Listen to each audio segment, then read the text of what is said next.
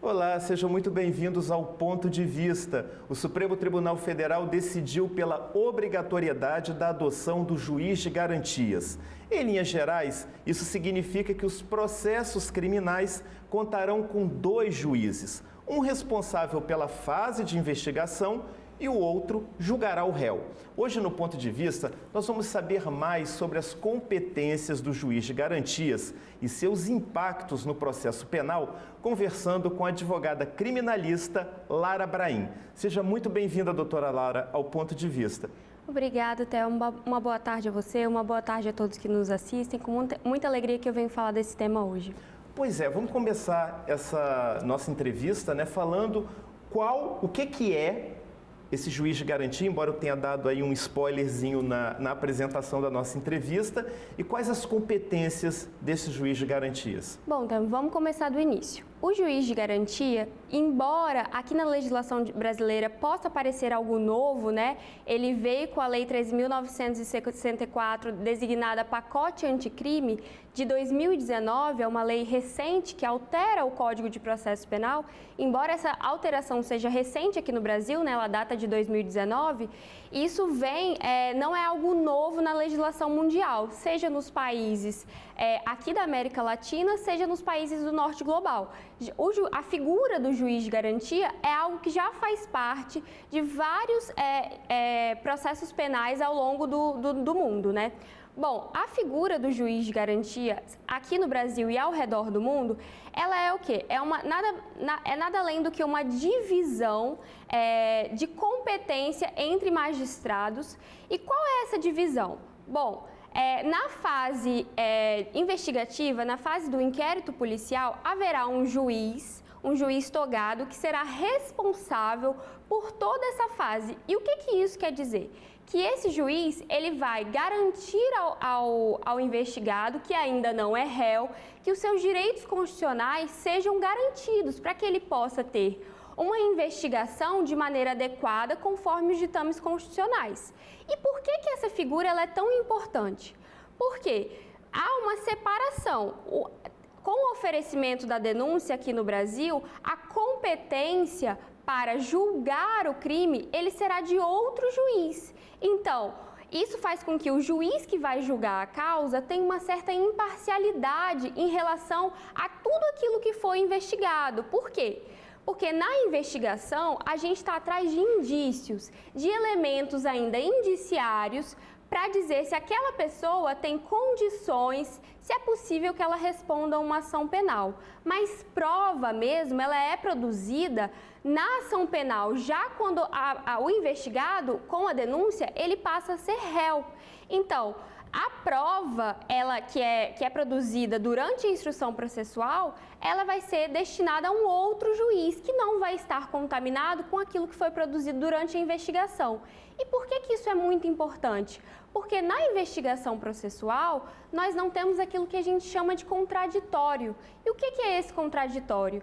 Os elementos indiciários são produzidos, são investigados, sem que a defesa do investigado possa se manifestar ou produzir prova defensiva em sentido contrário. Então, tudo aquilo que chega, que é produzido nessa fase de investigação, a defesa, ela tem acesso, mas ela não consegue produzir a chamada contraprova. Eu não consigo me defender nesse momento. Então, se eu tenho uma divisão dessas tarefas, quando a instrução, quando de fato o investigado ele passa a ser réu, tudo aquilo que vai ser produzido de prova, aí sim de prova, no processo penal, na fase processual, aquele juiz que não estava lá na investigação não vai ter conhecimento. Então, ele não vai já estar contaminado com aqueles elementos indiciários. Ele só vai agora se ater a essa prova que está sendo produzida com o contraditório, ou seja, com a defesa tendo a oportunidade de se manifestar. Você acredita que com a figura desse juiz de garantias, possa diminuir bastante, esses processos criminais que são mal conduzidos e que acabam se configurando em injustiça para o réu?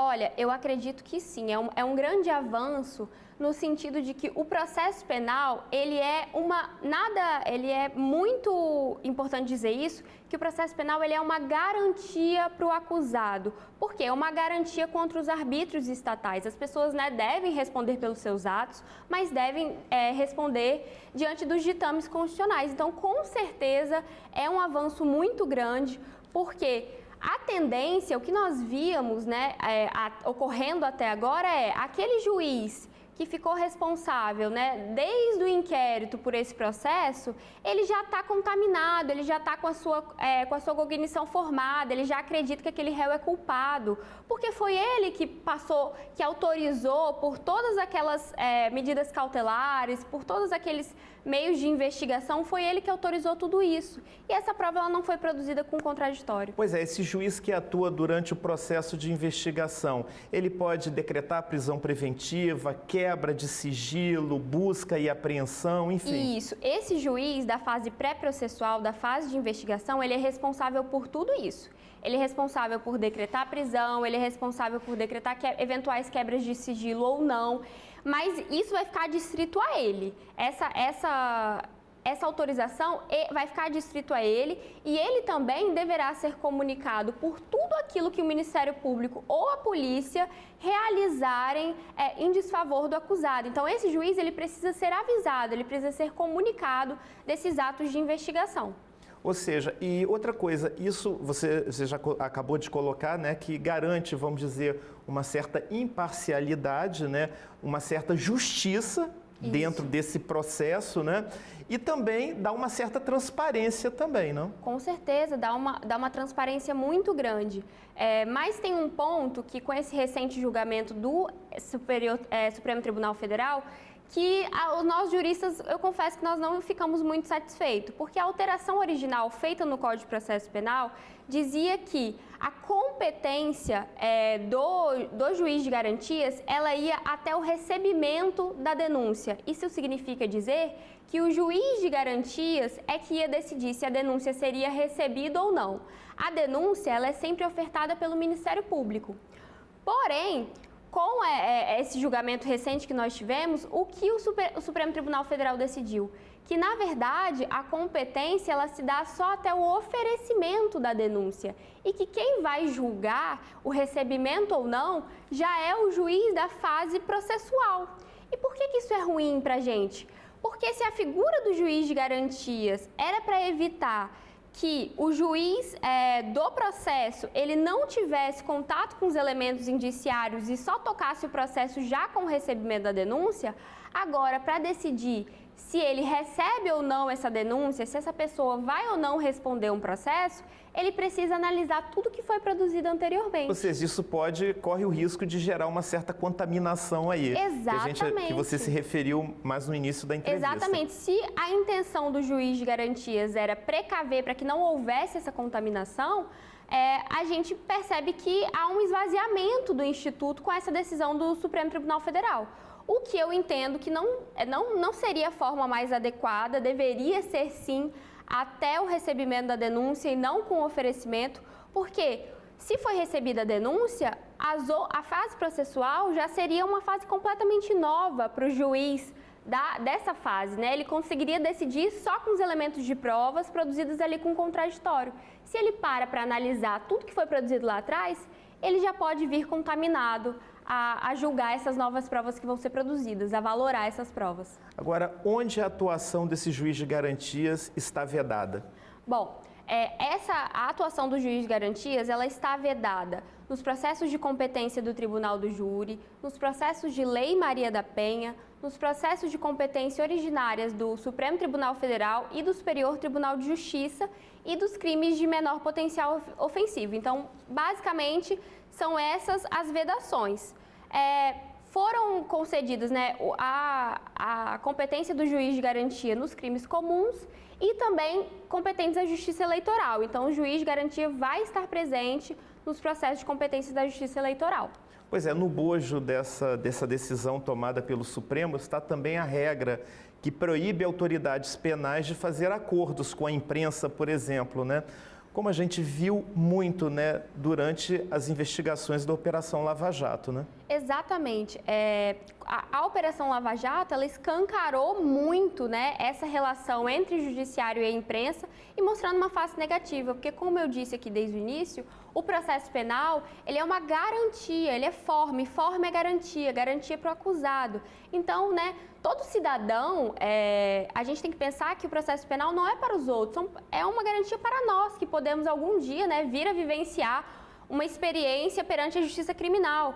Então, é uma garantia e essas liberações de informações para a imprensa acabam tornando o processo penal um espetáculo, né? Acabam tornando algo que é para ser de maneira privada, que é para ser decidido de maneira técnica, a gente acaba vendo que os juízes, eles decidem muito mais levando em consideração a opinião pública. Clamor popular, que nem sempre está dentro dos ditames da lei, do processo legal, né? Exatamente. Há um livro lançado recentemente de um pesquisador da Universidade de Brasília que ele demonstra isso, que muitas das decisões do juiz Sérgio Moro, do então juiz Sérgio Moro, foram decididas, os fundamentos legais dela não tinham nada a ver com o processo, mas muitas vezes citando matérias que saíram na imprensa relacionadas ao clamor popular, que nada tem a ver com o direito, né? Pois é, e tão grave quanto esse conluio com a imprensa foi também a combinação de sentenças com o Ministério Público, que é uma coisa que não existe, né? Isso, completamente fora da lei, né? Não existe, exatamente. A relação processual dentro do processo penal, ela é uma relação triangular, né? Há o Estado, que está aqui em cima, e as partes. Quem são as partes? Ministério Público, que em tese acusa, né? Faz o papel do Estado ali de verificar se tem elementos acusatórios, mas pode também pedir absolvição. E tem a outra parte, que é o réu, que é a defesa do réu, que está ali, né, para, como eu posso dizer, enfrentar o processo de uma forma igualitária, com paridade de armas. E se a gente não tem uma acusação e um julgador que são imparciais, se o julgador combina com o Ministério Público, que é o órgão acusador, desde já, aquilo que será imputado ou ao réu, como a gente pode dizer que alguém vai ser julgado de forma imparcial? Não tem como, assim não tem justiça. Com a instituição desse juiz de garantias, você acredita que o sistema judiciário atual, que é muito duro com os mais pobres e manso com os crimes de colarinho branco, tende a arrefecer, a diminuir? Olha, eu vou ser muito sincera. Eu acredito que vai melhorar, mas ainda nós precisamos de muitas outras mudanças para que, de fato, a gente possa pensar os crimes, né, que atingem uma população menos abastada, que eles sejam pensados de uma outra forma. Então, eu acredito que vai, sim, haver uma melhor agilidade, uma melhor, né, divisão de tarefas, vamos dizer assim, entre as funções, mas eu não sei se vai ter uma mudança a longo prazo que seja de fato efetiva. A gente vai ter que viver para ver quais são as cenas dos próximos capítulos desse novo instituto garantido no Código de Processo Penal. Pois é, antes de encerrar essa entrevista, eu gostaria de fazer uma pergunta de cunho mais pessoal e profissional. Fica à vontade. Você atua, né, como advogada criminalista, né? Eu gostaria de saber, né, se você, mulher, atuando como advogada criminalista, sofre algum tipo de preconceito? Olha, Thelma, eu não tenho como dizer que não. Sim, nós sofremos preconceito, né, porque é um ambiente majoritariamente masculino, o judiciário é um ambiente majoritariamente masculino, mas a advocacia criminal também, né? Mas eu gosto de dizer que como é que eu enfrento esse preconceito? Deixando muito claro que esse é o meu lugar. Eu sou uma advogada, mulher, que atuo na área criminal e que esse é o meu lugar. Então, eu me sinto muito à vontade fazendo o que faço. Então, eu acho que a forma da gente combater esse preconceito é demonstrando que ali é o meu lugar. Esse é o meu lugar, eu gosto muito do que eu faço, sou muito realizada em fazer a defesa. Então, é assim que eu me comporto e tem dado certo. Doutora Lara, muito obrigado pela sua entrevista, sucesso na sua atuação profissional. Eu que agradeço, uma boa tarde. Pois é, eu agradeço também a sua audiência, a sua companhia. Lembrando que na semana que vem estaremos de volta em mais um Ponto de Vista. Até lá!